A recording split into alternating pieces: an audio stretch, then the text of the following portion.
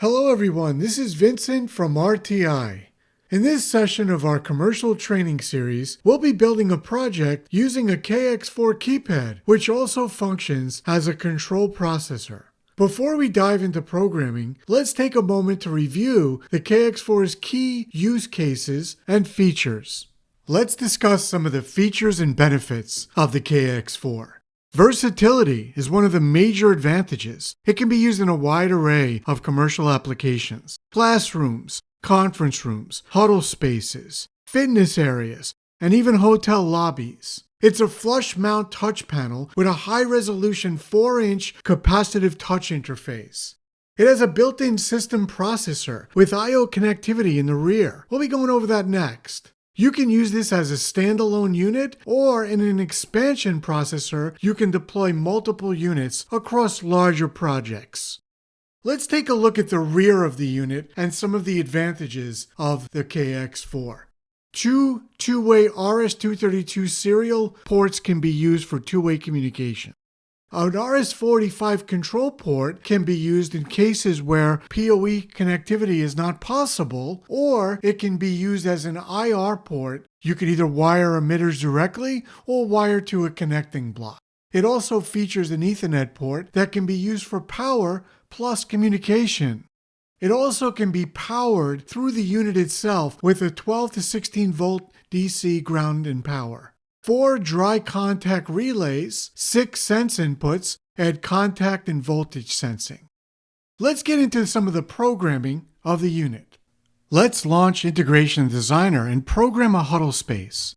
This can be a huddle space you find in a hotel, airport, or corporate space. Select File, New System. Navigate to where you want to store your project file. Let's name this Huddle Space and select Save. In the Add Workspace item, we're going to select the KX4 with processor. While we can give it a different name, let's leave the name as is for now and select Add Processor. Next, we're going to add the room to our project. I'm just going to type in the name of the huddle space and select Add Room. Next, we're going to add the controller to our system. Now, normally people would add a KX4 keypad, but since we added the KX4 as a processor, we have to add the keypad part of the system. So I'm going to select KX4 with processor. Select the huddle space, select Next. Under Coral, we're going to go with button menus, and we're going to leave the name of the KX4 as is for now. We can always rename that later. We'll add a weather page and a home page for our huddle space. Select Add Device. Now we're ready to add the source devices to our project. We're going to start under Drivers and add a projector. Let's look for a JVC projector in our programming list. Select the projector, select the huddle space, select Next, and now we're going to give this a more intuitive name. We'll call this Huddle Space, Projector Huddle Space, and we don't need an interface for the projector. We need to keep these huddle spaces simple because many different people of all levels of technical sophistication are going to be using them. Select Add Device.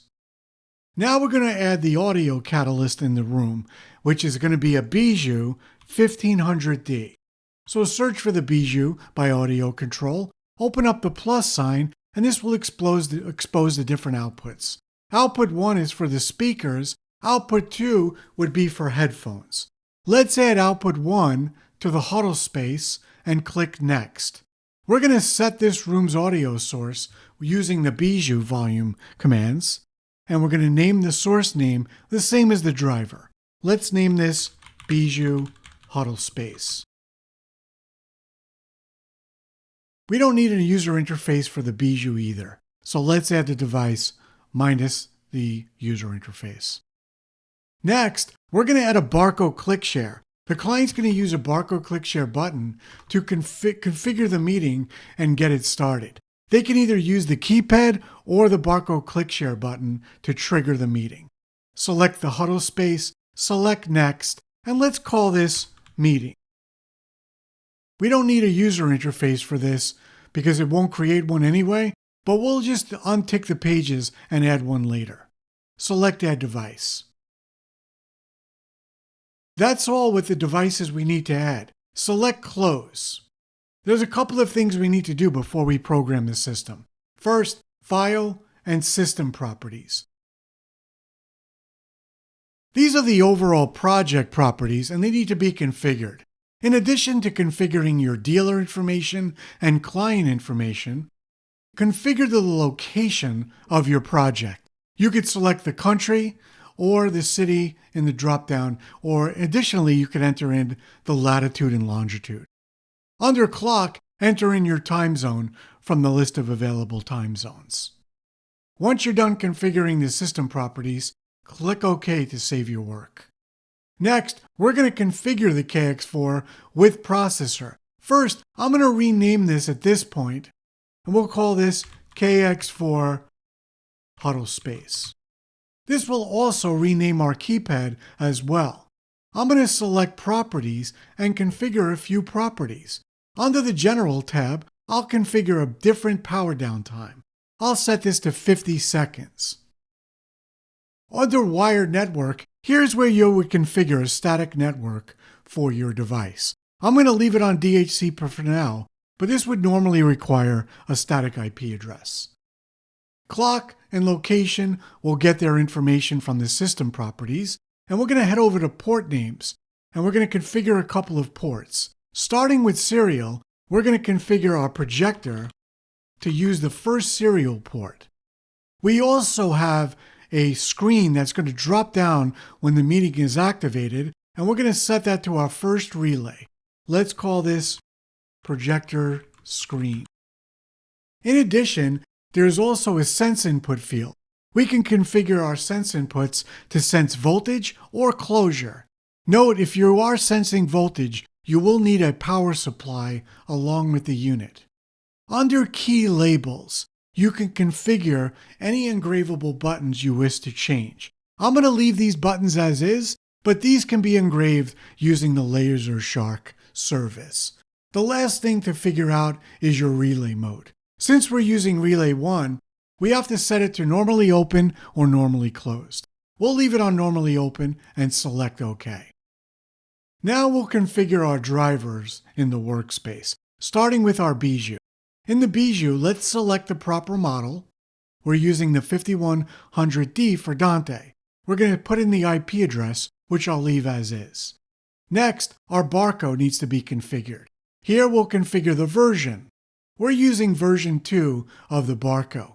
Let's put in the IP address, the API user and password, the poll time, I'll leave these as is, the number of buttons we're using, I only have one unit, and once we've configured that button, let's put in the button name, we'll call this Start, and the button serial number, which is available in the barcode setup. Let's move to our projector. Nothing much to do here, we're just going to set our serial port to that first port we allocated in the port settings. Now we'll head down to weather. Here we could put in a city and country, zip code, or latitude, longitude. I'll leave this blank for now, but you'll enter in this location if you're using weather features.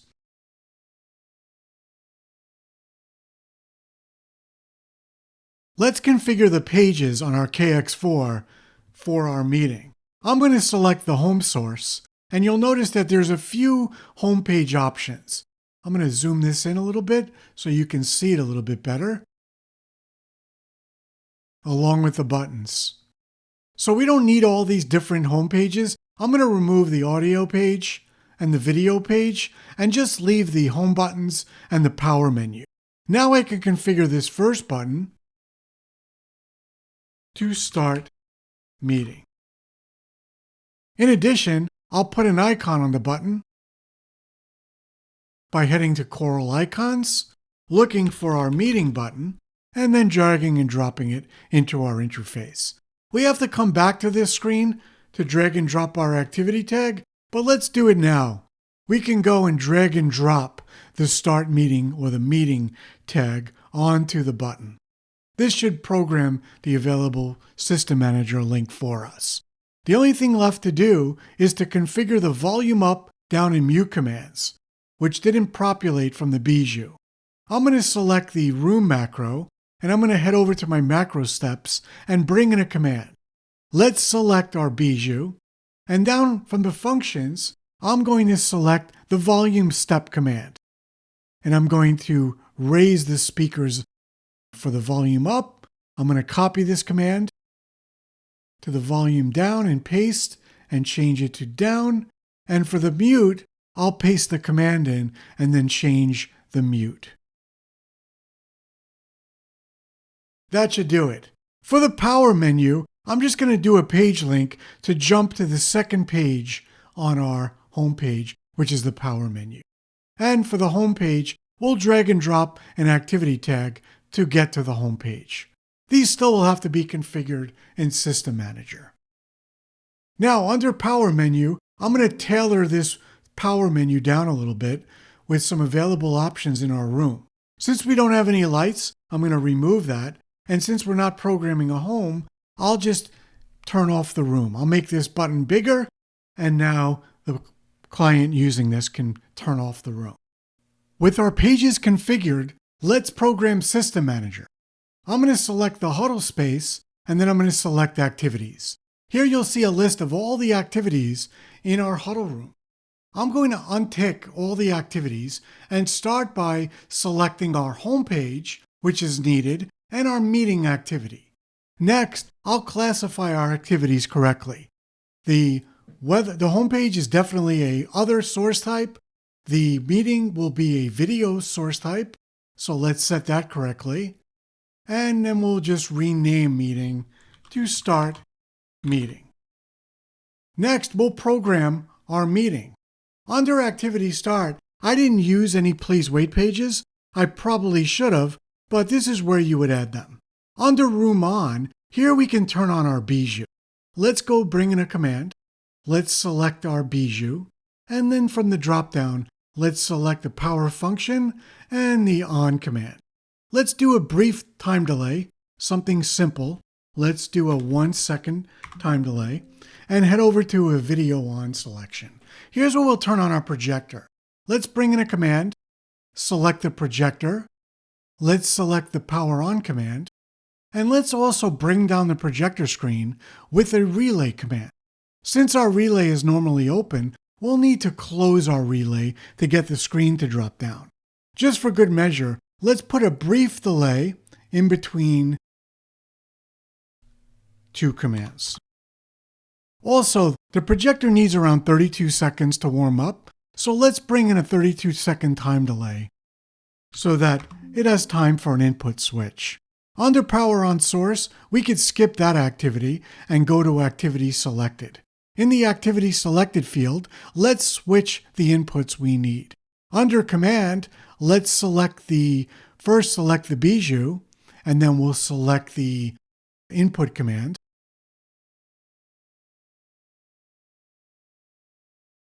Set input to eArc, and then we'll set our projector properly. Projector, and then we'll select our input, HDMI 1. Again, we'll do a brief delay in between each of these commands. Activity ready is already finished. Now for the room off start commands, those will run fairly simply. We can skip right down to video off, which will do the opposite of video on. Let's copy this entire code set into the video off, and then just let's open our relay and turn off our projector. Our projector might need a couple of power off commands, so let's bring in another command by making a direct copy and then bringing in another time delay, around 1.5 second delay in between. This will power off the projector. I'll get rid of this extra power command and make sure our relay closes. For room off, I will turn off our bijou. So I'm going to copy this command into the room off and then just change the inputs, the power commands. Room off complete will return our controller to a home page for us so that the client is ready next time.